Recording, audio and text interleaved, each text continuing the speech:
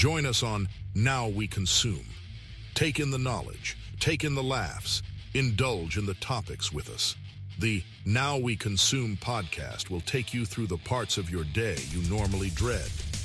Why suffer through the existential crisis of life alone when you can do it with us?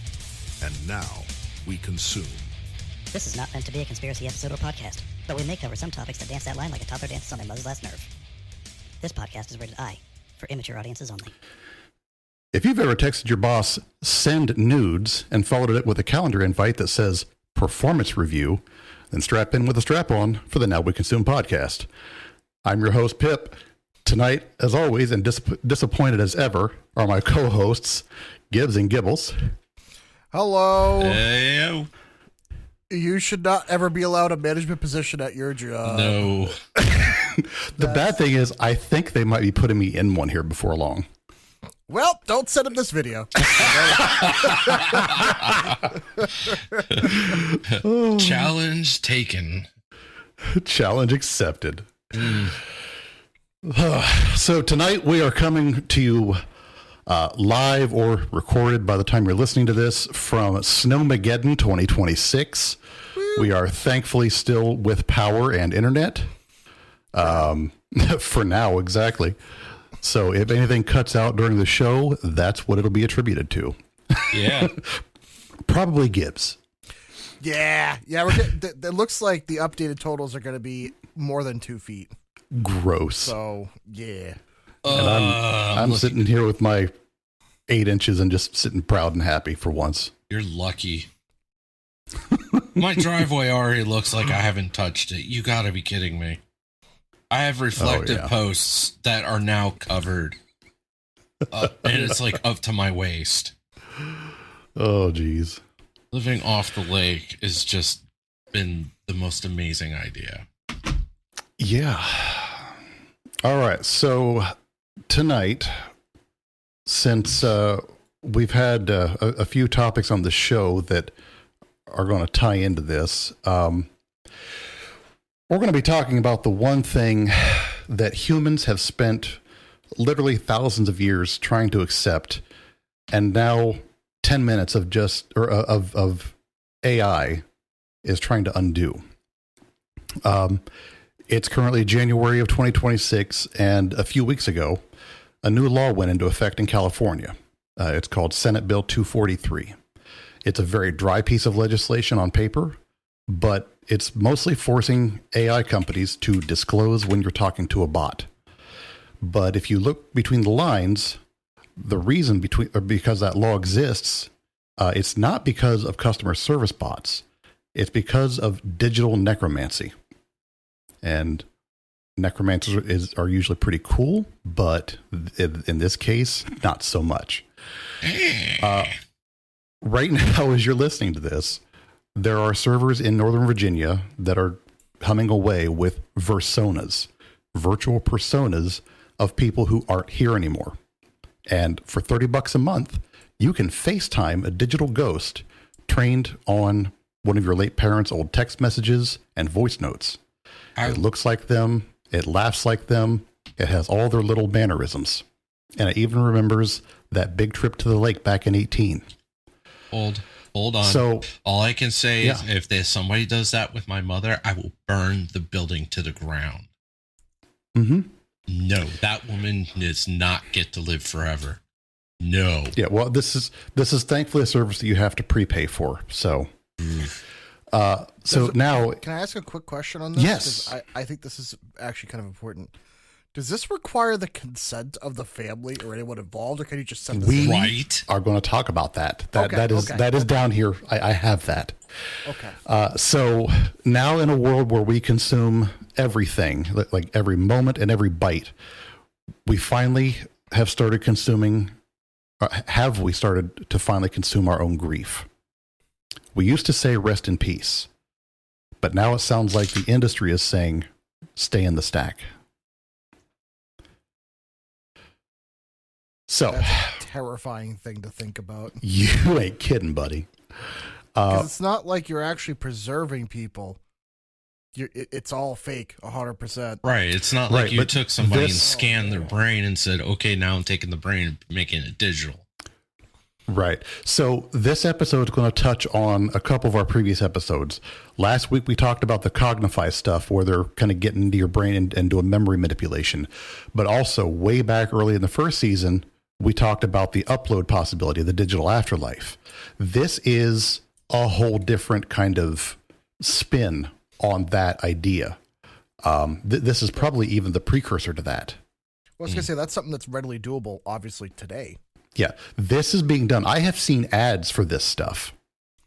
Where? I have not heard, before you wrote this up, I have never seen anything about this. Yeah, we obviously have very different feeds coming to our eyeballs, but yes, I have seen the ads for this shit. I know my feed's definitely different than all yours. Oh, yeah. So we're going to go ahead and take a look at the already $40 million grief tech market, the ethics of the subscription soul, and why the most radical act of love in a digital age might actually be letting someone actually go. So we can start this off by talking about the new necromancy. We have moved from memorials to permanent simulations.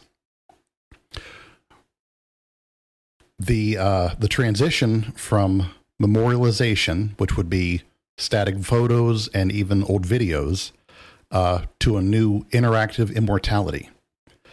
And the numbers as of out this month, the global digital immortality market is valued at approximately $36.8 million, with projections pushing it towards $118 billion by 2034, as agentic AI becomes the standard. And there are already some key players. Eternos offers legacy accounts starting at $25 a month to keep your digital twin alive. And there's a story that we're going to touch on with that one that's already been used. Did you have something, Gibbs? I'm just taking this all in. I don't like any of this. I already read over the notes, so I know, but even it's just one of those things. Once you start to process it and understand that the dead internet theory is going to become way more relevant than we ever thought possible. Yeah, dead internet is one thing, but now it's actually dead people internet. Yeah. That's a whole different ballgame. There's going to be a future, if this becomes true, where 80% of Facebook is going to be AI accounts of people you used to know posting about bullshit. Yeah. Yeah. There's a company called You, Only Virtual.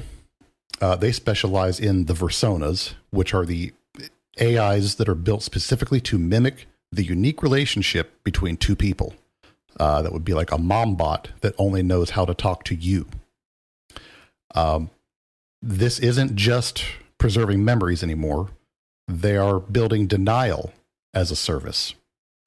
They're paying a monthly fee to pretend the most fundamental part of the human experience, death, has been patched out of the latest update. This, I feel, is kind of a pathway into the mental health aspect of the grieving process, because you have to get to that acceptance stage. And if you're going with one of these services, you will never get to the acceptance because you still have the interactability. You're still able to have conversations. And with the AI features, they can update, they can learn, and they can grow essentially with new information. Oh, so we're going to get sentience with someone's dead persona. Okay. Yeah. Great. So I feel like this is part of the issue that we have of letting people. There's no easy way to say this, so I'm just going to say it. We're letting mentally ill people run the asylum when it comes to how the way the world's going. We're putting bubble wrap on absolutely everything and saying, nope, nobody went away, nobody's hurt, everything's fine, everything's all good. That's how you know we're entering the dystopia, when people, unfortunately, are trying to find every excuse possible to not live the world that they're in. Yeah, pretty much. Yeah. Man. In a world full of crazy people, the crazy are the sane. So the $36.8 million market valuation, that's out as of right now. It's no longer a weird startup kind of thing. It's becoming a standard feature in high-end estate planning. So the people that are well off can actually kind of get this stuff set up and begin prepping the AI, the servers, and all that stuff with video interviews, text message dumps, all that kind of stuff. So there was a man named Michael Bomer, or Bomer, I'm probably mispronouncing his name, Bommer. He's an engineer who used Eternos to create a digital twin before passing from terminal cancer. Uh-huh. So that is the case that has already been used with this whole situation. But that's still not him. It's not him, but it was as close as we can get to the upload scenario with current technology to being him. It was a way for his family to process because his life was cut short. Way to process? Oh, God, no. They're never going to let go. Maybe eventually. And we'll talk about that a little bit later on. So, Gibbs, did you want to take over the next part here? I swear there's nothing complicated in here. You yelled at me last week for that. No, it was a word I had never had to spell. It's fine. It's fine. It's okay. The historical link. Victorian era versus modern methods. So you're talking about discussing their obsession with death, or things like hair, jewelry, mementos, photography, and the rise of spiritualism, things like Ouija boards, mediums, kind of ways to talk with the dead. So what's going to be interesting, I think, where the cross-section of this is, I wonder if culturally this will become going from being something that's like taboo into something that is almost normalized, where it's like, oh, grandma, grandpa are on the way out. We got to have, their AI personas uploaded and all the memories and everything. They got to upload everything. That way they can still talk to them on Facebook or whatever. I wonder if it's going to be something that's like, I hate to say it, but like people do on the regular. I have a thought. I have a thought because what you said there, what would be the legal ramifications where somebody goes and writes a will and people disagree with said will? So then they go to the virtual AI who's supposed to be a persona of that person. And we get to the point where everybody's like, oh, that's really that person. Can that AI then supersede what was written in the will? No. I wouldn't think so, because a lot of this takes a lot of prep before that person passes. It wouldn't be recognized as a consciousness either. Like, we're not at the singularity point. Right. It's just like it's like a digital snapshot. Yeah. I'm just curious because, how dumb people are, so. Oh, don't worry. People will try. That's what I'm saying. It's not going to hold up in court. Granted, that is assuming the judges are going to be smart enough to understand this, because I hate to say it, but a lot of judges are older, and I think that's going to go right over their heads. Mm-hmm. I think they're just not going to get it. But one of the things you brought up here that I didn't realize until we were discussing this was you're talking about just their obsession with hair, jewelry, mementos, photography. What I'm wondering is if we're becoming truly a digitized world or a digitized culture, are we no longer going to have things to pass down physically from one generation to another? Because think about it, at least in my generation, we ain't going to own shit. Right. Because with the way the economy is going. So what's weird is assets are going to go from a physical medium to a digital medium. They're going to be photos, Instagram accounts, different reels, all things that are digitized that are kept separate. But in terms of physical things to hand down, people aren't going to be handing down, maybe some, but a lot of people aren't going to be handing down like photo books, scrapbooks, like recipes, like everything's literally going to be ones and zeros. I wonder if this is going to be part of that inheritance kind of thing where they almost become a repository of information. That's a good thought. I hadn't considered that. Yeah. It's very possible. I think for a lot of people, especially people that are not well off financially, that they can afford digital assets and not real assets, this might be part of the package of, oh, your loved ones have passed away. We could do this whole in memoriam thing, and we set up their digital AI thing with all their information, everything stored on the AI person that was your family member. And that we just ask them for stuff like, oh, what's that photo of Uncle Bill from, 1992, where he's doing this, like, oh, let me search through here. Oh, I remember this. This is with this time, this, you know what I mean? They like describe what happened and all that. Yeah. It wouldn't work for me. Wouldn't work for me. Creepy though. Yeah. Wouldn't work for me because I'm such an asshole, so.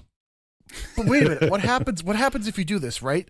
You make your own Harry Potter scenario where you upload them into like portraits and you hang them on the wall, and then they're all yelling at each other. They get to watch as the whole family gets uploaded as AI photos in all different parts, all yelling at each other and fucking screaming. Oh my God, it's the last family reunion all over again. I was going to say, awesome. You ask it about the Thanksgiving where everybody had this big argument, and it's all of a sudden just shows the big argument taking place, and it's an episode of Springer. Even better, you get the one family where somebody asks to pass the gravy, they get told to F themselves, and next thing you know, there's a dead body on the ground. Put them in picture frames and see how that goes. See, it won't be real until I can get one uncle to yell at another uncle some racial slur, and somebody pulls out a gun and they fucking kill each other through the photo. Then I know we're onto something.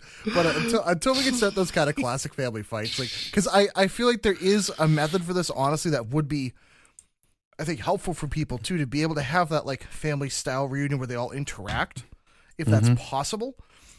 But I think they're just going to cheap out and do this like the shortest, cheapest way possible. Get the of course. Say, oh yeah, subscribe for $3, and then what they're going to do is they're going to fucking guilt trap people, because they're going to say, oh, we have your grandma for $3.99 a month.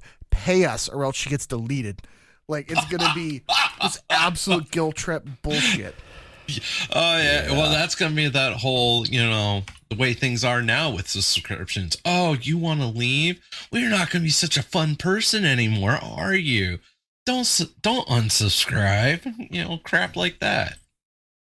Grandma has been downgraded to hell. Just see like in the background, she's just burning in the photo. Pay the money, pay the money. Oh, geez, that's gonna be Black Mirror right there. Unless you get the super special package, Grandma is now gonna be living at 5 frames per second. Oh my God. She's not having a stroke. She's just at 4 FPS. Oh my God. Grandma, I need to know what the cookie recipe is. The family reunion at the trailer park, they're not stuttering, they're just at low speed. That's how it fucking works. Can you imagine if they did have a speech impediment like that and they uploaded that? Oh, Jesus. Fucking Albert Fudd would be out there causing people strokes. Oh, man. Oh, no. But you could put them on really funny stuff. Like, imagine you put, like, your grandfather that was a dick on, like, a mug. So every morning we go to, like, drink coffee. It's like, wake up, asshole. Hey, Grandpa, how you doing? Like, just, wait, there's funny things you could do with them. Like that. There is a method. There is some way you could do with it, but I feel like it's gonna be way too serious and way too not fun. Yeah. No, if they did it to me, it wouldn't be a good idea. I'm an asshole. So yeah. Oh, you want to know where I hid such and such? Yeah, go fuck yourself. You want to say hi? Yeah, no, go screw off. Right. Y'all put me in here. I'm not happy. I'm going to make your life a living hell. Don't be shit like that. Yeah. Yeah, we don't talk to Grandpa. Why? He's an asshole. Why is he still online? Because if we delete him, we're afraid he's going to break the internet.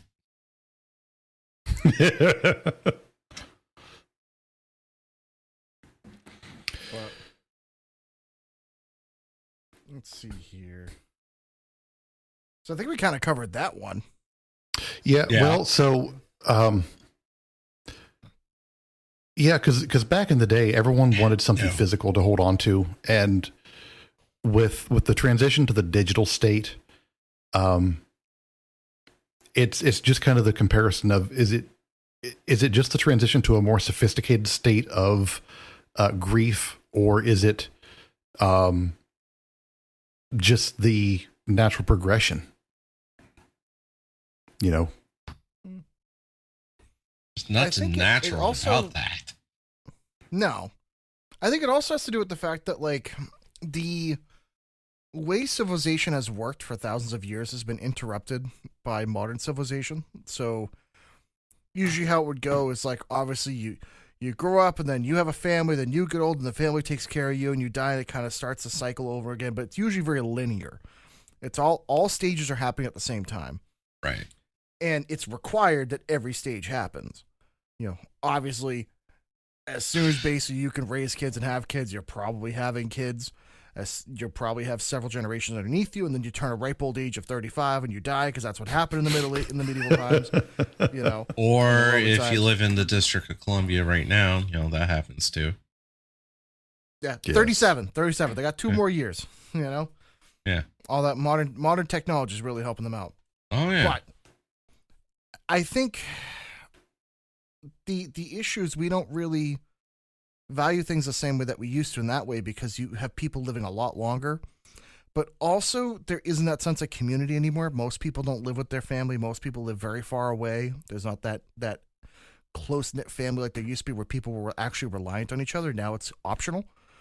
So maybe I'm a little jaded on this topic, but I see a lot of family members that just don't help each other, that aren't around, so therefore they're not as invested in the family as a unit or in the older people in their family.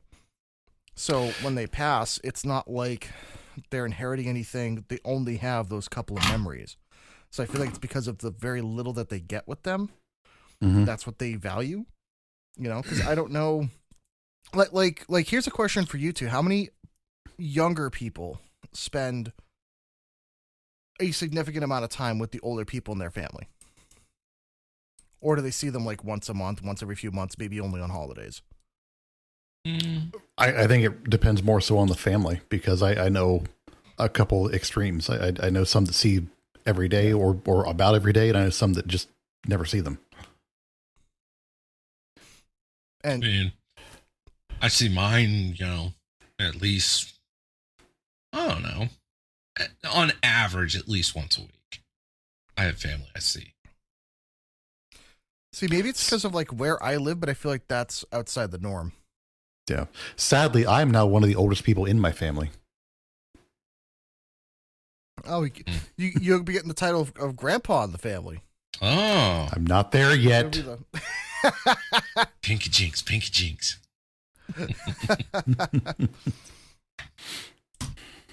But I guess you get my point, though. I feel like that's why people are more into the digital memories, is the point. Yeah. On that, I mean, families aren't as much of a cohesive unit as they used to be. You know, they're not staying in the same house. They're not staying on the same land. They're spreading out a lot more and a lot further than they ever used to. So, yeah, that I get that. Gibbles, do you want to take the next section, or you want to wait till the next one? Let me look. How about the Victorian hair versus silicone avatars? Nope. Right. No? We just did that one. Oh.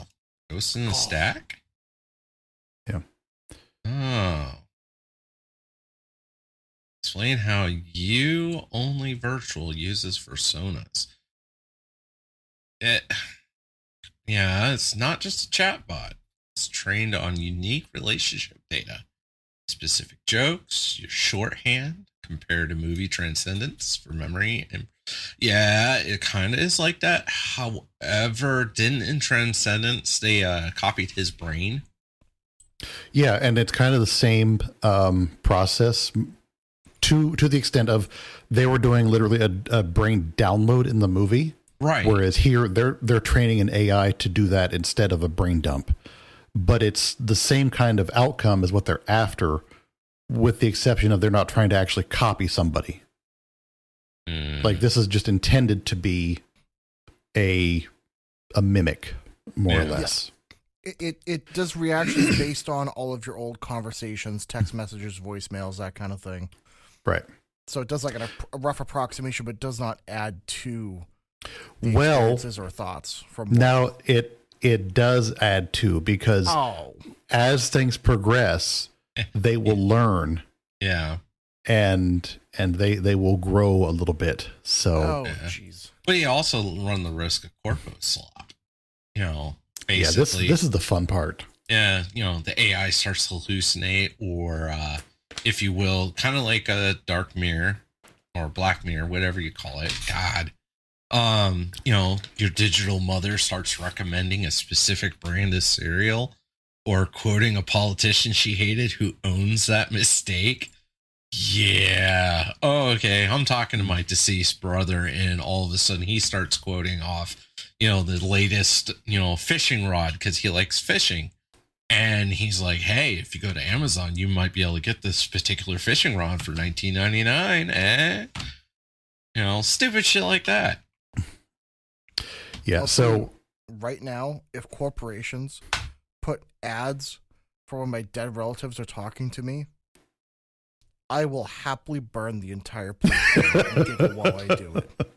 Like I don't even need that, but you know, that'd be the most rage-inducing thing possible. Oh yeah. So the Black Mirror reference there, one of the most recent, I think it was the most recent season of Black Mirror. The guy was keeping his wife alive. Yeah. And the plan that they had, they started having her spew out ads. She didn't realize that she was doing it. She blanked out while the ads were being broadcast through her. But she didn't know about it. And people thought she was going nuts. Yeah. So, and then when she started, what was it? Like she was in a classroom with little kids, and she started doing advertisements that were really adult in nature, and they kicked her out of school because of it. Yeah. Or one was like a therapy ad for one of the kids. So, yeah. It's all fun and games until your grandma starts recommending sex toys. God. It's all fun and games until that AI starts. Granny, I don't need you to tell me about Bad Dragon. No. No. With the inclusive demonstration, no. Fuck you for the last part. That's terrible. Grandma, stay away from the sex swings. I swear to God. It's oh man. Gibbos, take a ride on that latest Bad Dragon. Oh God. I would beat my phone across the goddamn room so fast. You have no idea. We'll make some fresh tapioca pudding for you. I would probably be puking out the hole in the wall. That I just made from what I'm impressed by is we still have people watching this after that one. Jesus. So sorry. I apologize for my friend. My God. We'll make some extra chunky clam chowder. There is a reason. There's a reason why we all only meet up once or twice a year, and we purposely harass the local IHOP. So I'm still impressed they let us in there. Oh, I don't know if they will Labor Day. I don't know if they will when we go there this year. Oh, man, you ain't got hair on your ass unless one of us goes in first going, all my friends are here. They're as big as me. And we're off the wagon tonight from our Jenny Craig diet. And put the kids away, because last time children disappeared, and that's a damn shame. Oh, all right. So you guys have asked about the legal points. So we will pivot back into the brown eye of the law of denial. Let's do this. So the deep dive. Eye. Yes. Two in the pink, one in the stink. That's correct. So a little bit of a deep dive into the California bill. Again, it was Senate Bill 243, the companion chatbot law. It went into effect on January 1st of this year. Some of the key provisions were that bots must state they are AI if a reasonable person would be misled. There's a minor rule included in this. If a child is talking to a grief bot, the system must issue a break reminder every 3 hours and remind them this is not a human. So, the philosophical friction, why does the state feel the need to intervene in our grief? Because the simulation is becoming more convincing than the absence. And a follow-up question, who decides what's reasonable? That's literally the first thing I thought of when you said that sentence. Right. Jesus Christ. I don't think, I hate to be this person, but if anybody's using a grief bot to deal with their grief, I think the phrase reasonable has gone out the window. Yeah. Like, I'm not using that to demean anybody, because I get it. Some people, they don't have family or friends. They don't have anyone to talk to. If it could truly help somebody, I'm with it. However, bots must state whether an AI, if a reasonable person be misled. No, it should be for any and all instances. There shouldn't be any allowance for anywhere else. It should be, hey, if this is an AI or a human facsimile or anything like that that's trying to replicate being a person, be disclosed. It should be disclosed, clearly stated, and you should have to click a button that acknowledges that I accept that this is, an AI facsimile, human program, whatever. It is not a person. You should have to click and accept that for every single thing. Because, alternatively, you should have the legal right to talk to somebody that's not an AI. Yep. That needs to be allowed for any sort of chat, any sort of customer service, anything. Yeah. That way, this bakes into the law that if you want to use AI to get it done quicker, cool, you can. If you're doing something stupid, like returning a package off Amazon, who cares? But in the case of like this, like if they're a grief thing or like a self-deletion hotline or something like that or anything else, like you really need to be able to, a self-deletion hotline. That took me a second. I can't say the other one, Right. But if you get what I'm saying, like I think that needs to be forefront and obvious and clear as day. I hate the fact that it's only acceptable if a reasonable person might think it's fooled. No. Because then the problem is it obfuscates responsibility. Because then they can say, well, we didn't think it was a reasonable, Oh, okay, so let me ask you this: how many times do you read the terms and conditions before you click "I agree"?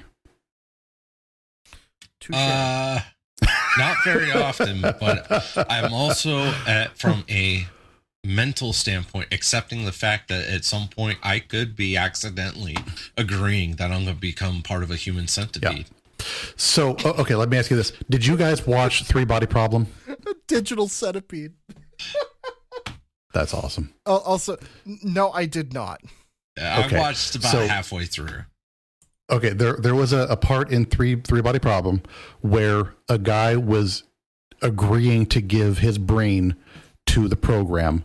To do that, he had to go through the self-deletion process. There was this multi-step process that he had to go through. He had to answer yes several times before he could actually get to the final one. Some kind of I have to read through this and answer a question about what I just read to make sure that I read what I just read kind of thing could be put in place to make sure that you understand you're talking to a bot. And that's how you can get around the terms and conditions type of scenario. It was a lot to say that, but I think especially too, if you're talking about the minor rule with kids, mm-hmm. I don't trust this technology enough to be allowed for kids with something like that. I really feel like that it's be like an 18 plus only thing. I agree with you there. If a kid's dealing with grief, I really feel like they need to talk to people or a licensed professional or a family member or someone that can help them. Because, like, again, that's why if they're in school, that's why they have school counselors and other resources available. Because that's like those 800 numbers. I was gonna say it'd be like the 800 numbers back in the day, talking to what's her name, for the tarot cards and all that. If you're a kid, you weren't doing that, but an adult, you understood. Okay, this isn't real. Right. But I think for a kid with the AI thing, that can get out of hand really quick. Yeah. And a kid might not know where the line is, and if they rely on it too much. You know, what happens if a 12-year-old's dealing with, like, the loss of their mom or their dad or, like, close family member or something like that, and it becomes not a crutch to lean on for a day or maybe to help them through something. What if it becomes something they're reliant on every day? Or it becomes something more than what's supposed to be. And with how we've seen how adaptive AI is, even today, let alone a few years from now, that could get really weird. Because we've already seen kids, unfortunately, have very unhealthy relationships with technology, even just with the way things are today, let alone where this could go in a few years. Yeah. And the thing about having the kids talking to people and whatnot, the only other thing I could think of that would be acceptable is having them talking to a VR representative that's actually like a person that just looks like a dog that's talking to them. That's different. And I know you get that reference. Oh yeah. But as long as I feel like with kids, you gotta have more control with it. Oh yeah. I guess that's kind of my fear, because boy, if you don't put any lockdowns on this stuff and just let kids roam free with that, holy hell. Especially what happens if the grief AI is the only AI that kids have like unfettered access to, and they use it to do shit that's illicit or illegal or whatever.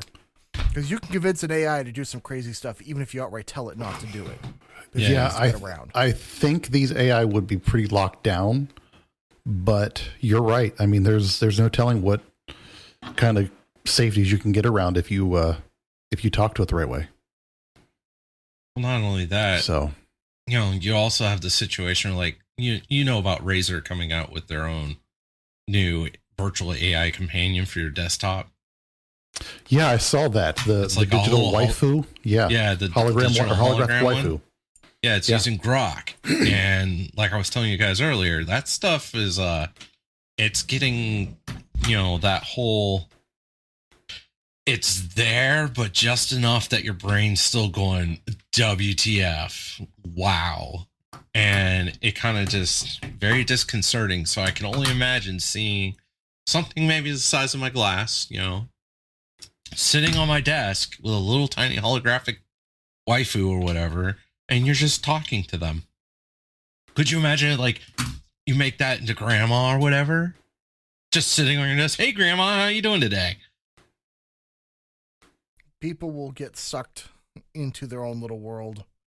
So fast. That's even without VR, without anything else. That'll literally be, they check up on family members that have already died and they just tell them what they want, to hear. Yeah. Just be the reaffirming, supportive person.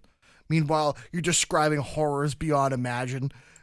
Just like this Jeffrey Dahmer type of guy describing, I just felt like murdering all, doing all this other stuff. This robot's like, honey, I remember when we did that trip back to the lake house in 2016. You were just such a good boy.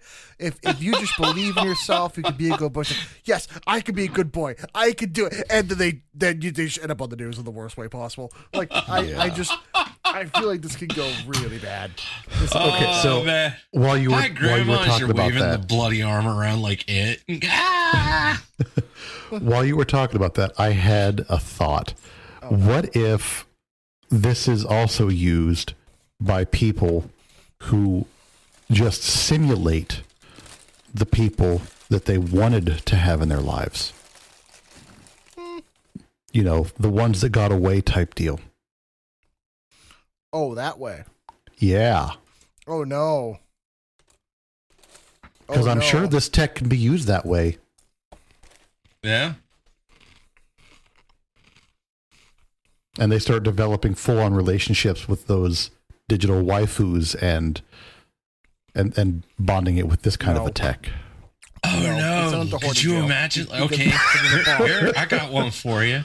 A stalker. He knows that the person he's been stalking passed away.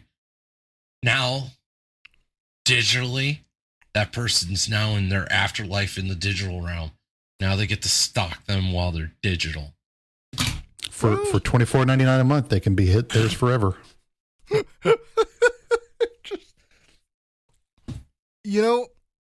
If someone could do that in lieu of stalking a real person, I feel like that trade-off's worth it. if it's a fake probably. person and they're not. But the problem is, I feel like for some people that would embolden them to do even more. So you get that 50 Right. split of like some people be like, this will satiate, whereas other people will be like, but that means I can stalk the real person. It would just get weird. Like, That's it's like quickly those. Yeah, because- that's like if you know, the argument would be almost like a pedophile with a sex doll. You know, Mhm. at Yeah. what point is what's too far or too much at that point? You know, where's that line? And that's kind of what I was going to say is that's probably going to be the next step is going from the digital waifu to ordering the sex doll that just looks like them. Right. Using I the swear to AI to God. get what they want. I swear to God, if Razer makes a fucking genitalia update with that fucking thing, you know, I swear to God, it's like, you know, your companion assistant here can now assist you in all these more interactive ways. Honey, I didn't somehow- remember you Bluetooth smelling connectivity. so Little much motor. like latex. It's crazy. This motor just clips onto the table. And it's wild. It just, you know, it's used for whatever you think. Just use your imagination. No. Yeah. It's a finger cleaner. Get it right. Or it's a dog paw Oh man, so nice that you But think so it's a highly of vegetable yourself. washer. It's a vegetable washer. But there are a lot of people, I feel like, and this goes back a bit to our dating episode we were talking about, where I think enough people are just completely opting out of the dating world that some people will choose the AI companion. Oh, 100%. Yeah. Will choose to say, hey, like what you brought up that you never thought about before. Oh, this person that got away at like maybe they were your first love in high school or something like that, or in college or something else, whatever. They'll just grab all their information off of Instagram or Facebook or whatever, upload everything, and just be like, "Yep, that's my fantasy. That's the thing." Or since people so freely post all their stuff on Instagram and the socials, they can download all that information and model their doll after that. That's what I'm saying. Yeah. And they can get the personality off the reels. Yeah. They can literally just have a fake relationship with someone that they might not even know. And people would, especially with celebrities. Oh, 100%. It's like what was weird. that On episode? Facebook, there's 35,870 people dating Sydney Sweeney. I don't know how that fucking happened. But That's like the episode of Futurama. Yeah. Yeah. That was. Bender was dating Lucy Liu or something like that. Yep. The Lucy Liu bot. Yep. Yep. Yeah. Good Good But- times. But every time they scanned the head, they were like shocked. Like, ah! Yep. Get me out of here, Bender. That'd be weird. Like if you were a celebrity and you just see your hashtag is like in love with this blank celebrity you look, and it's just people just doing weird shit with your avatar version of yourself or whatever on their desk. Only a psychopath would enjoy that. Oh, have you been to the U.S.? There are some weird fucking people, man. Yeah, that is true. Oh my God. What? No. But I'm talking about the celebrity side, though. Oh yeah. Yeah, they're all it's fucking weird. It's gonna and be coked the up. Britney Spears of the the love doll situation. She's just gonna be like, Maybe that's "Everybody what's wrong loves with me." her. Now let me pose the other half of the argument. Who is going to be the first celebrity to embrace it and become a trillionaire Oh and God! say, "Oh yeah, for an additional $3.99 a month, you could have me or whoever it's like Sydney Sweeney or Megan Fox or whoever." Lizzo. Oh God! So is that like Not sloppy touching that 3000s or comment. something like that? Not even touching that one. Nope. It's not even sloppy seconds anymore. It's just like it's so far out there. It's like not even worth mentioning. But Yeah. you get my point. Like this Uh-huh. could be the money making opportunity of a lifetime for a Oh, lot of 100%. these celebrities. That once that comes out, if you jump on board that bandwagon, Yeah. Well, okay, realistically, any like big OnlyFans creator, any Totally big porn far. star, any big I hadn't thought of that. any big actress that's Yeah. just, sought after, somebody like Jenna Ortega could literally go down that line without ever actually posing nude and could make a gajillion dollars just by doing that, offering up her avatar for that. Yeah, things are gonna get really weird. But it's gonna happen. Mark my words. One of them. I don't know which one, but one of them is gonna see the money making opportunity and say, I'll do it. Yeah. It's probably gonna be a porn star. Probably. It'll either be a porn star or Amaranth. somebody that's got a very high opinion of themselves. Yeah. I feel like Amaranth would be the first person to do that. Yes, Amaranth would probably be very high on that list. The girl that sang the Anaconda song would be on that list.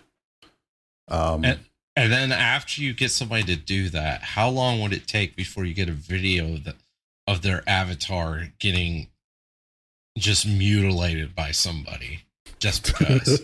Oh God. I mean, there's a Reddit for everything. So that's what I'm saying. We are in America, so there's a little that's something that everybody. that's something that ends up on FetLife on Reddit. So there you go. See, the problem is there'll be a whole subreddit for torture AI. Yeah. So people torturing their AI companions too. Oh yeah. Again, what if hear me out? Politicians sold their AIs purposely for people to date, but also for people to torture and do. If they really don't like this politician, but they're like, fuck it, you might hate me so much, but I can raise money for my next campaign. Yep. I could see JD Vance doing that. He already embraces the meme. I could see Ocasio-Cortez doing that. Yeah. Oh God, the things people would do, I would not want to see that. Oh my God. I would have not. I've had crazy people tell me I'm crazy before, but then they would just be like, "I'm not touching that." Nope. But I'm crazy, to be fair, but it's no. the AI version, so it has no. Yeah. Maybe you have a crazy setting. You can dial it back. Oh, if you had an adjustable crazy setting, dude, that'd be amazing. Yeah, that would be like standard, I would assume. You could do it like on The Good Place with the AI, where every time you go to hit the button to reset her, she just freaks out. Like, no, click. Oh God, you could take some spicy cubes and turn the crazy up to 10 and have a real good night. Oh Jesus Christ! Oh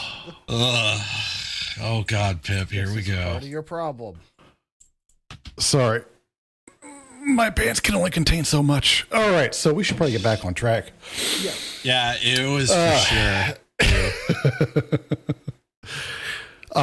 So AI Bernie's here to ask for another donation. I'm sorry. I've once again come back from the grave to ask you for your support. I've come to ask you in my time of need. We need more money. No, but God.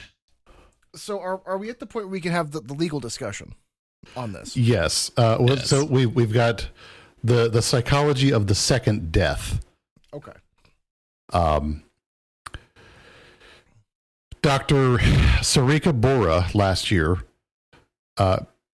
talked about how grief tech can lead to delayed grief or emotional stasis. And we've already kind of touched on that in several points. And one of those issues is the bankruptcy scenario. What happens if the company hosting your loved one's soul goes bankrupt? Or if the servers are wiped, or if they're hacked and held ransom? The family would essentially suffer a second death, which would be a sudden digital bereavement that can be just as, if not more, traumatic than the first. I mean, that's technically something that's sort of happened in a way now. Like, what was that, 21andMe or what the hell genetic company that they had to sell everything off? 23andMe, yeah. Yeah, 23andMe. And they declared bankruptcy, and now everybody's genetic material is just up on a list for sale. I've been spreading my genetic material around for years freely, so I mean that didn't bother me. Oh, yeah. I didn't put my genetic material online like that. But hey. Gibbs, the head shake of disappointment, man. I feel like you got to offset it for the guys that never do anything. So like you got to bring up the average. That's your. Yeah. Oof. But I mean, again, it's like the same thing in the end. Yeah. Okay, so you have a company that, like Gabe Newell, he owns Steam. He runs it privately, and it's amazing. But at some point, the man's going to die. Just like somebody owns this company where your loved ones are. What happens afterwards? The next person comes in, they decide, like, screw it, we're going to put advertisements everywhere. You're going to have to pay a monthly fee now to be able to keep all your stuff.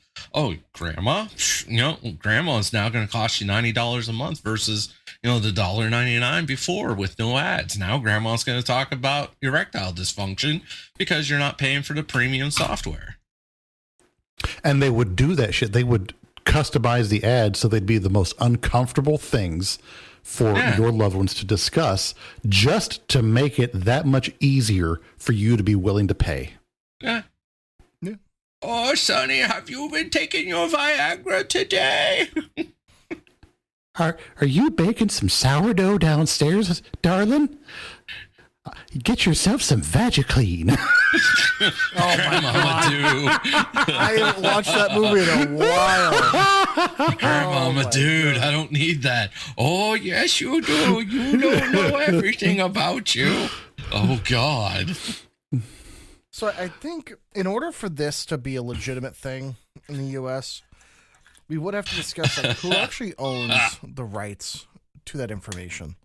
Yeah, to that person, because that, you're trading the fine line of if it's a person or not, but if it isn't, then who owns it? Because the company can't necessarily own someone else's memories, right? But if you hand over it all to them, that might be part of their agreement that, hey, they own all the photos, memories, documents, everything that they're going to do. That's going to be a standard boilerplate kind of legal agreement.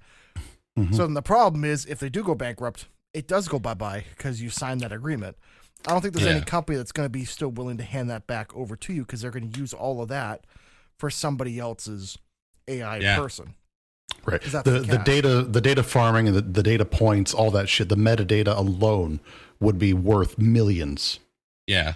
So there's no way that would disappear. The only way that would work is if they uploaded it to a cloud and you were able to download it at any time.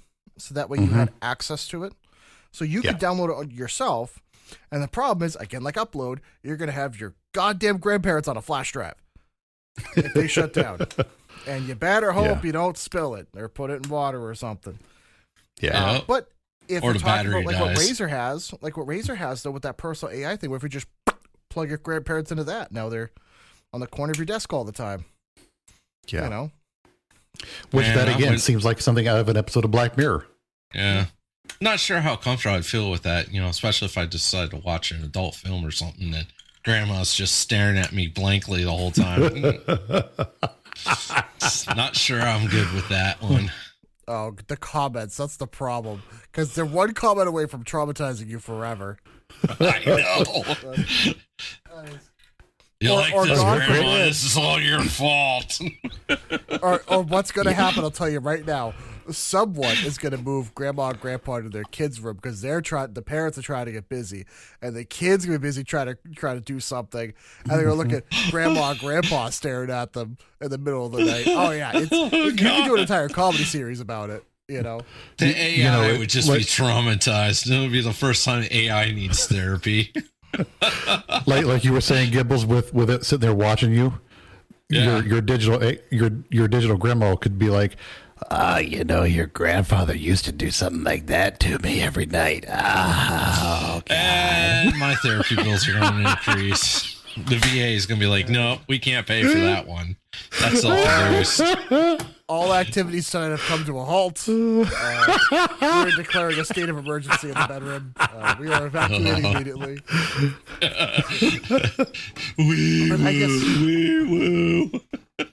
But I feel like that's the route we'd end up going. But I guess the other question would be, do you have the legal right to copy someone without their permission?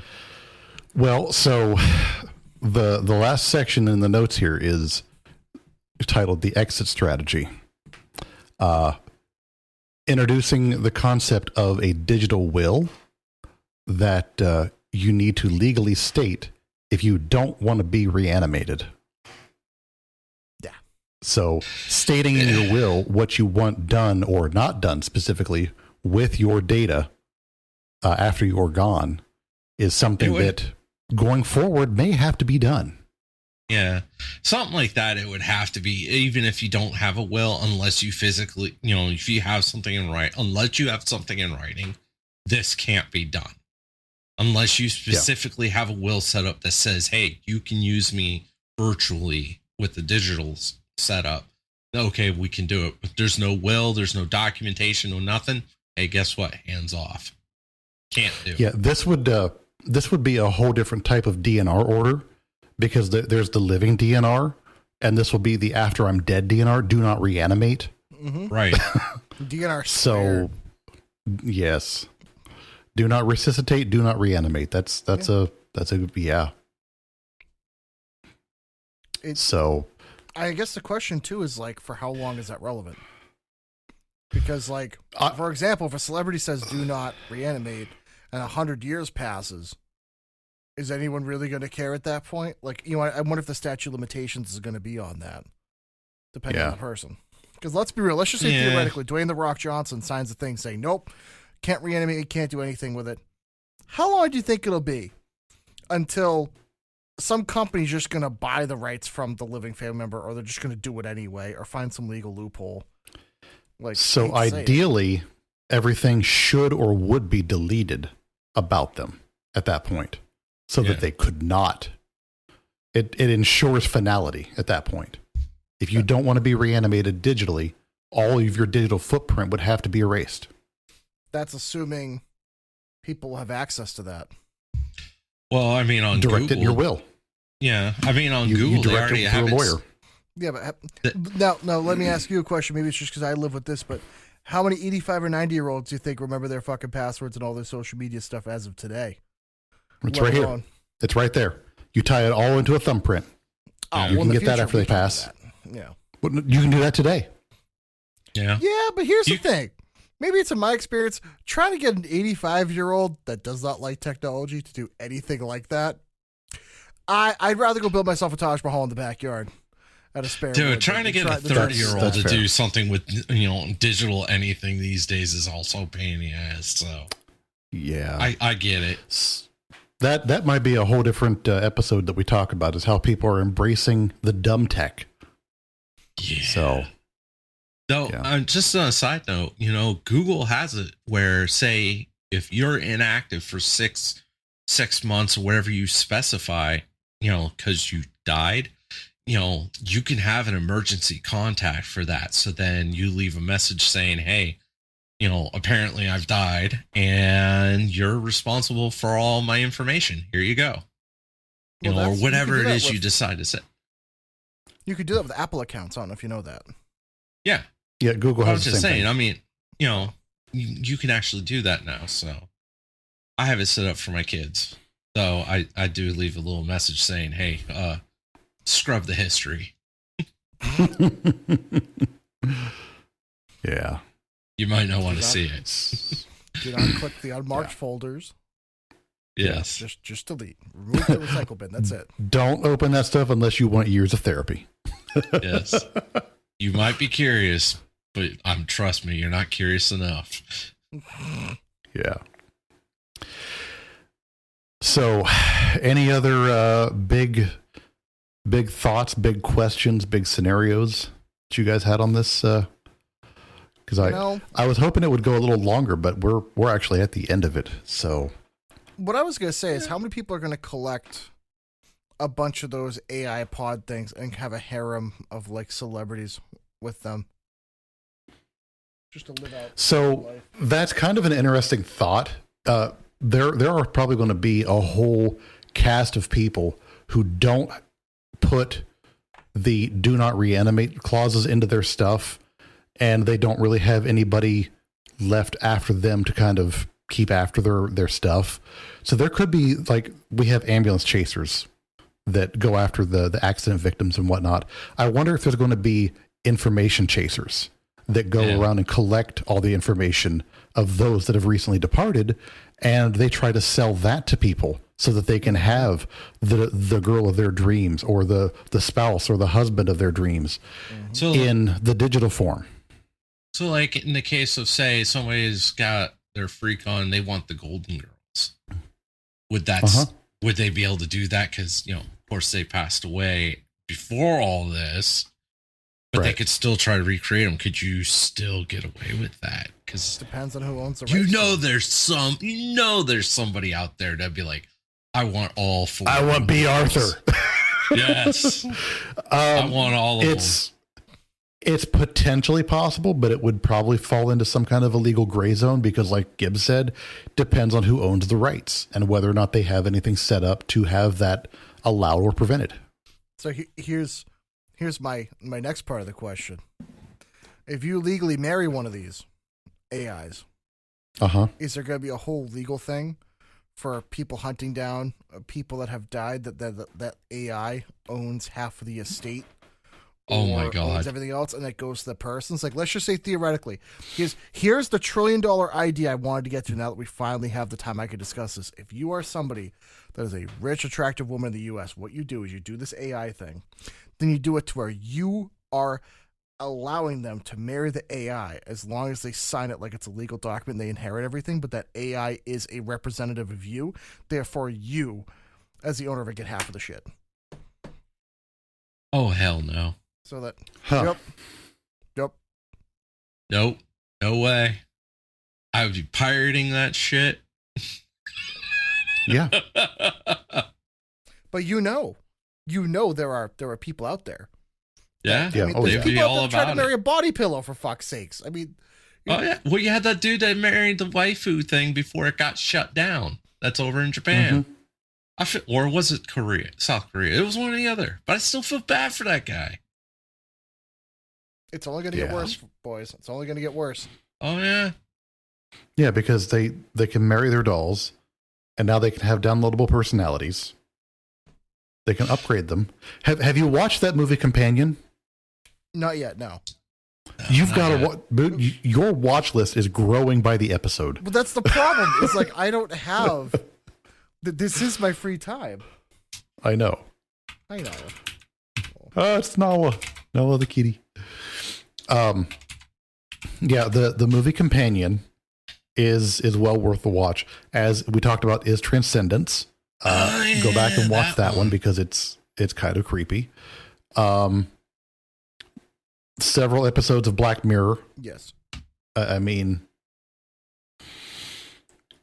boys, we're entering a phase of human existence that I really only thought would exist in science fiction.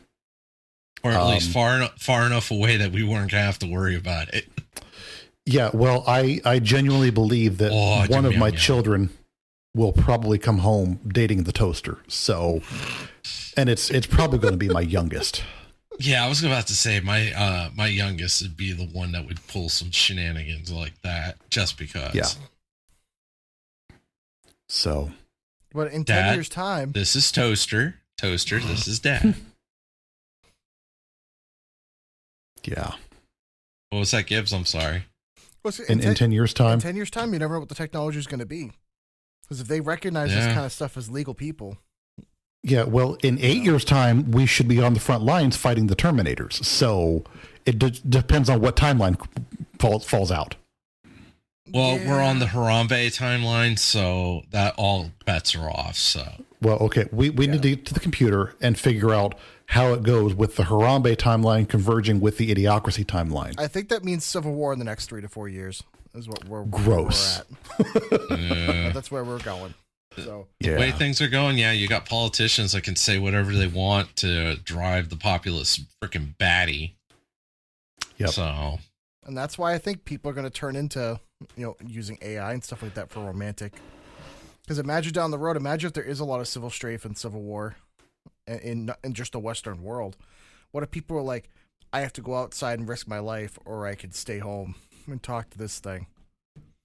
It's going to happen. I'm telling you. Yeah. It's going to get weird. It's going to go wee woo, wee woo. I can't wait to see the numbers on like the demographics and information of like who ends up getting them and what they end up being, who they end up being, why. Yeah. How far do they go? Yeah. Because I'm sorry that information is going to be public at some point. Oh, yeah, I'm sure. Mm. Then we need the download stats of different people and whatnot. Mm-hmm. Though I will say, if there's money to be made in it, I volunteer as tribute to be that first robot. Oh, so I mentioned the FetLife subreddit. How long before we start seeing robo porn in like Pornhub and whatnot? Oh, You God. kind of see that now where retards are with their love dolls. So. You said the no word. Yep. You Oh. couldn't go with it. Oh. God damn it.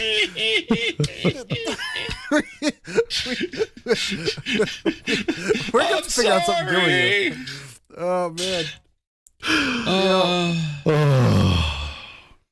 You know, every time you say that, you have Just to delete donate that for in like, post. you have to donate to an autism charity now. I'll just put. Well, I can just put the quarter in my own jar. How about that? Oh, man. The only thing I will say is, if you're talking about robot love, there's this very famous robot in Fallout called Fisto. Oh, Fisto. And Fisto is going to be seeing a lot of work. Let me tell you. That's do you know what Fisto's tagline is? oh God, what is it? Assume the position. If you two have never played Fallout New Vegas, it's a fun Actually, time. that's one. That was the one that I actually didn't get very far in because I kept. I got distracted and would just go off into the desert and try to find my way off the map. I just kept doing that. It's a Tism fun one to got follow me. the story. You know, you mentioned Fisto, and now I just want a home defense robot that once I activate intruder alert on my Alexa or whatever, it just comes back with that, "Oh, you've got a tight little man pussy, don't you?" Hey, you could say that, but I can't say what I said. Jesus. I know, that's also bad too, the both of you. Oh, shit. See, you got to have it start playing BG Staying Alive. It's like, I got 3 minutes in the ring with you. For 3 minutes, you're mine. Oh, God. Oh, yeah. And it rounds the It corner. smells so and bad the, in here. Oh. Oh, man.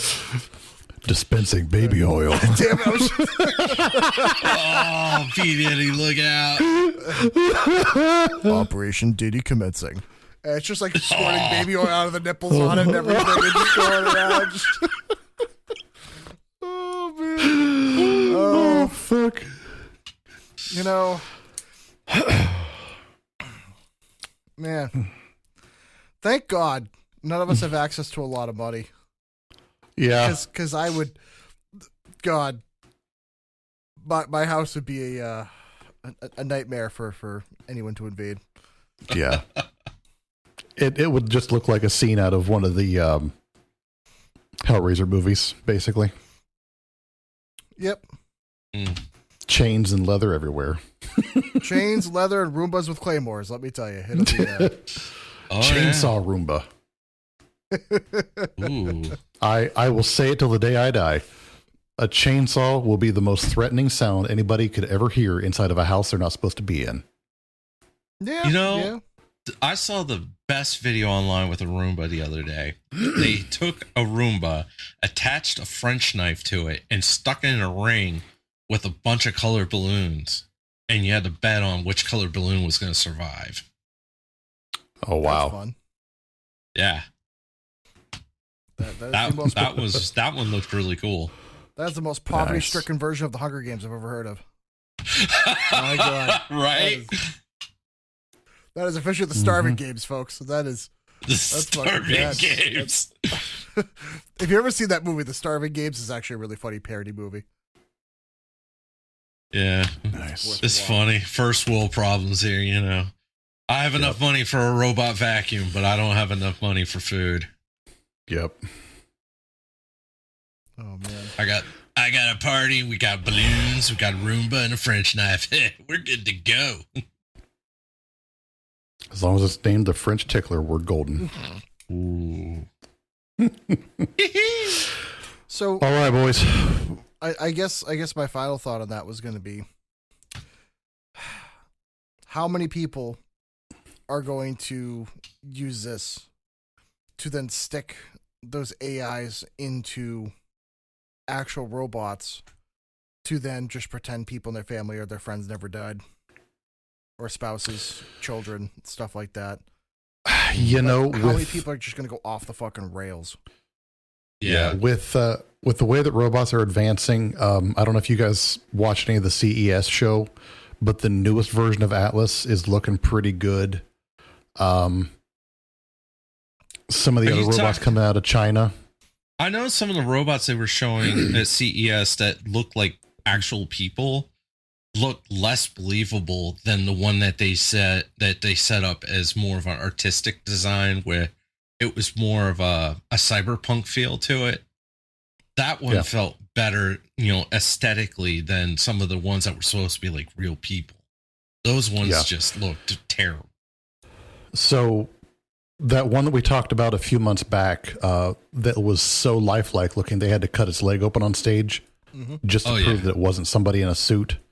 Those ones are still being refined and being delivered soon, I believe. Those are, I think, some of the Chinese models. And if those get something like the personality updates like you were talking about, that could be a very real and scary thing. Because what I wanted to bring up is, so have either of you two played Fallout 4? No. Yes. Okay. In Fallout 4, one of the big campaign talking points and things that are happening in the Commonwealth is that people are being replaced by synths. That basically they download all the memories and everything, they rebuild a robot body that looks exactly like them, all the memories, personality, everything, and they replace them.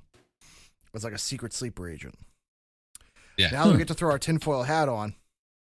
Once this technology can merge both of them, and especially if they're allowed just to take all the data, everything off of online, and create a person, how long will it be until they start replacing people? No, it's Invasion of the Body Snatchers. So we turn into that Disney movie or Pixar movie, whatever it was, where Robin Williams was that red robot. Are you talking about not Bicentennial Man? No. Robots. Robots. Robots. Yes. Yeah. We're going to make a baby. Yeah. Here's the instruction manual. Ooh. Making it's the fun part. That was an underrated movie. That was really good. It's just jazz and junk, call it funk. I feel like Robin Williams has like a long string of movies that are very good, but they're very underrated and like a lot of people forgot about. Yeah. I was still mad when they didn't use him for the live action.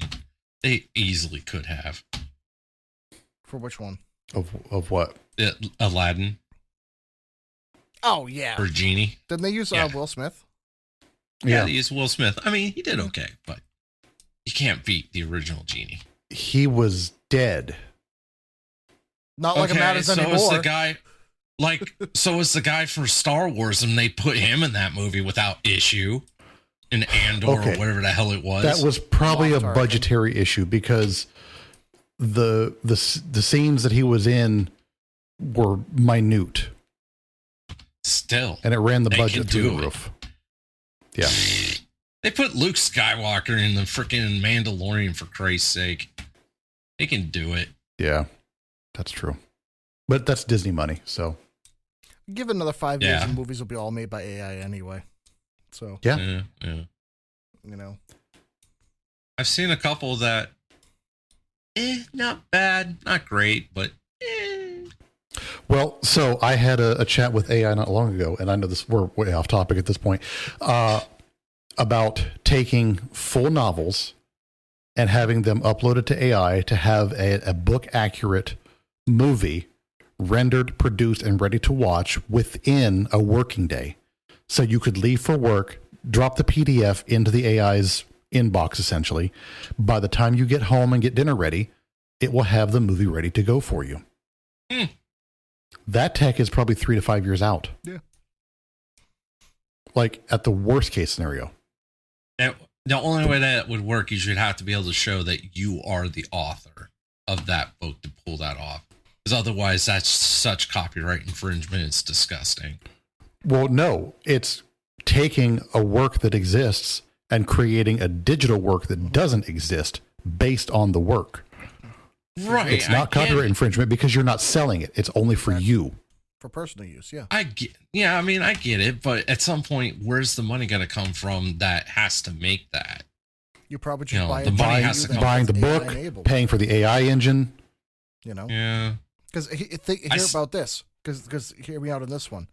What companies will do is they will sell the licensing to someone for like $3 or $5 a month for all, like, let's say all of Disney's portfolio and Marvel and everything from like Hulu or Netflix or everything. They'll sell, I bet you money, they'd be willing to sell access to the entire catalog for AI editing for a certain amount of much per month. And by that time, you should be able to buy a GPU that can handle a lot of this AI stuff in your computer in itself anyway. So congratulations. Now you are paying the monthly subscription for the license to build whatever you want. And that way you're paying them for the royalties on it. And they still technically own anything you make. That way they can snatch up and say, oh, that's a good idea. It's our movie now. Thank you. Your movie is my movie. It's our movie. Thank you very much. Also, think about this. They can have tiers of actors and actresses available. So they can just let you pay for those. And they can have the C tier, the B tier, the A tier. And if you want to have your book turned into a movie with a certain set of actors and actresses in it, you can pick and choose it at will. Oh, that's the episode of Black Mirror where what's her name was being reenacted by a famous actress where she had signed her digital rights to her image and everything. Yes. And she was okay with it until the girl decided, I'm going to go into a church and defecate. Yeah. So. That was a weird ass episode, but it was funny too. Oh, God, yeah. It was hilarious. They were making fun of Netflix so hard on that one. It was great. Oh, yeah. Yeah. You have to be able to laugh at yourself, which makes it even better. Yep. And Wookiee, it's not whatever. It's true. Get it right.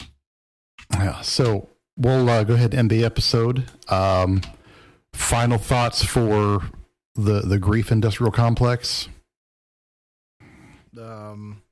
People need to learn to deal with their lives and understand that the human experience is full of ups and downs, and don't try to sugarcoat or run away from it. Deal with it in a healthy way and move on, and understand that life gets better. Yeah. And let evil die. Don't let the evil live.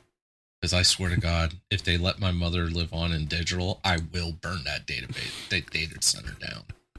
You think I'm joking? I will burn it to the ground. I don't. I do not. I will end it by saying the beauty of life is its finality. When we consume the simulation of the dead, we'll lose our appetite for the living.